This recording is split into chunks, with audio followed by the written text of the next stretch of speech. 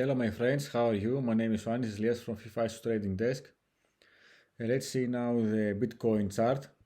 The Bitcoin chart and here has a double top, and the price of Bitcoin failed to break out this downtrend line, and then from 8th June we have a free fall, and the fall finished yesterday at the bottom of 12 December of 2020, and today here we have a reversal candle, and if we have a reaction from this point, the first price target is between 20,384 points and 21,000, and the second price target from Bitcoin is 23,129 points.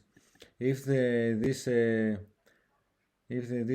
support failed, we will have a new stop losses, a new sales, and it's going to have a new 52 weeks low and years low. For until now, we have a scenario to reach this first price target. The decline from this chart in the 11 days was 44.69%. Until then, check my website for more inclusive charts and news.